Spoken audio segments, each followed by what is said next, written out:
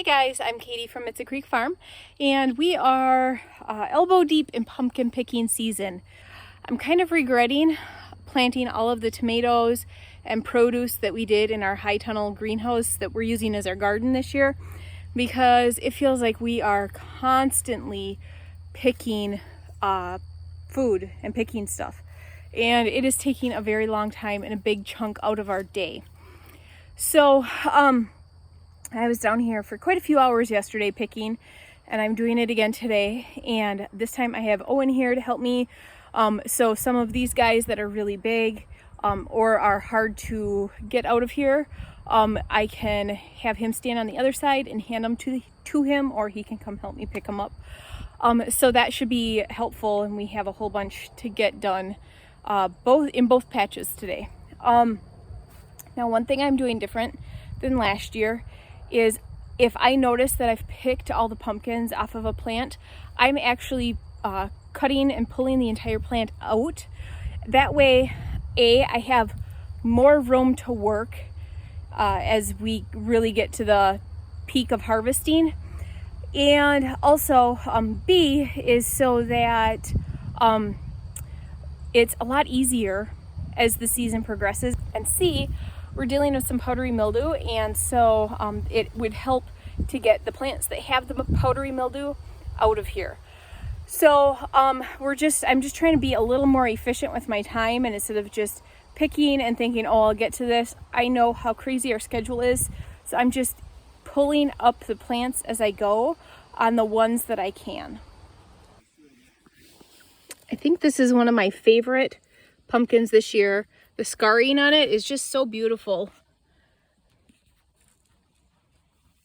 I still don't have the pumpkin scarring logistics fully figured out, but I am closer. Last year was our first time trying it, did some this year, and some of them turned out amazing, a few of them did not, but I am getting closer and closer to figuring it out, and I am really happy with how some of these turned out. Next year I'm going to be a little more methodical in my planting so that I can get to some of these easier, because it is hard to get to them at the right times. So I'm thinking ahead for next year and for how we're going to plant and everything, and I'll share all that in an upcoming video.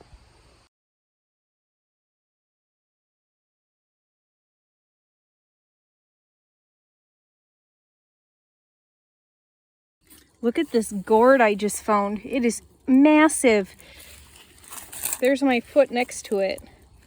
That is absolutely crazy. I don't know if that's supposed to be the variety or if it's just a fluke. I would like to follow. This is a vine. I'd like to follow it and see what else is off of this plant, because I may have some more of those nestled in here. I do see some pretty big ones, and I was picking some big ones. But not nearly that big, so that'll be interesting to see. I didn't realize these gourds were this viney. I'm thinking they came out of a gourd mix packet. I did try to keep everything that is bush, semi-bush, and short vining to this area, but some of these are going crazy. So I'm assuming that they were in a packet, and those they don't say the lengths of the vines on, because I'm trying to follow this massive one here. It's vine, and I can't find where the originating plant is from. So that's gonna have to wait, because I don't have time to go looking for the sisters of all of those plants.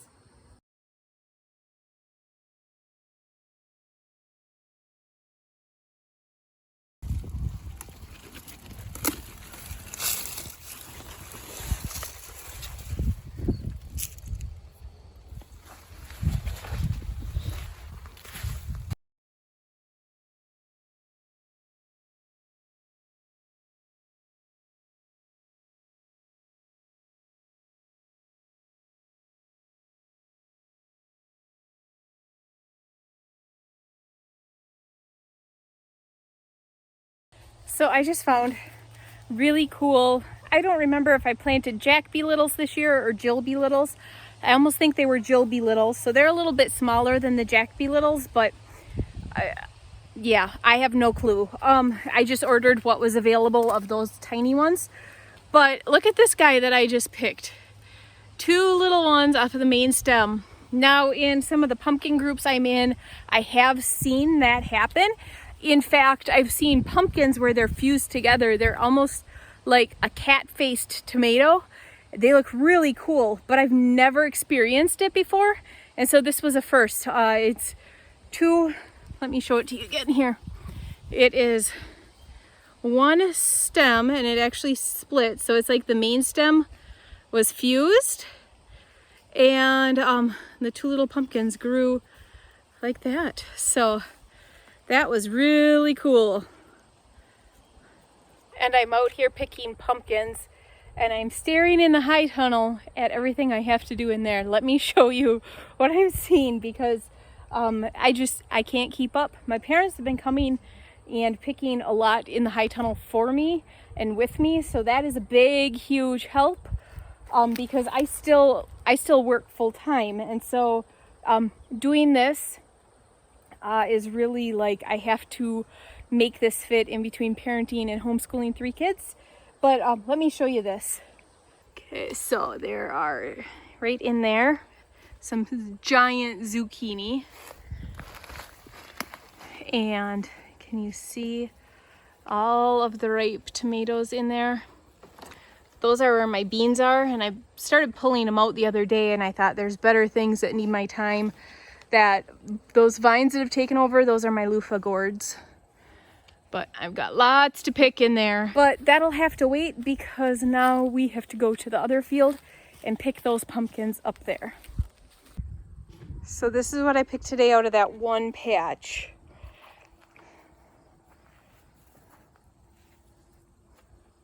Because of the way the patch is set up, I have the luxury of just going in and picking, for the most part, whatever's ripe.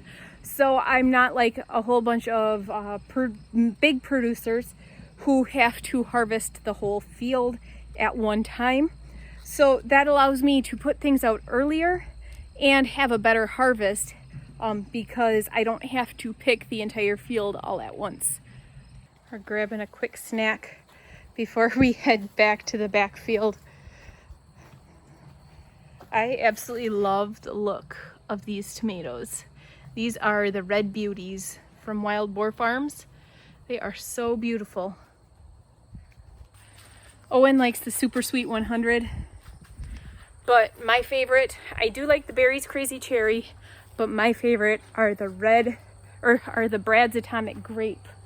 And I'm able to come whenever I want and just pick a few nice snacks. So we are going to end this video here because I know that it's going to be way too long to fit into one. And so we will show you what is going on in the backfield on the next video. That's it for today's video. Thanks for tuning in, guys, and we will see you next time.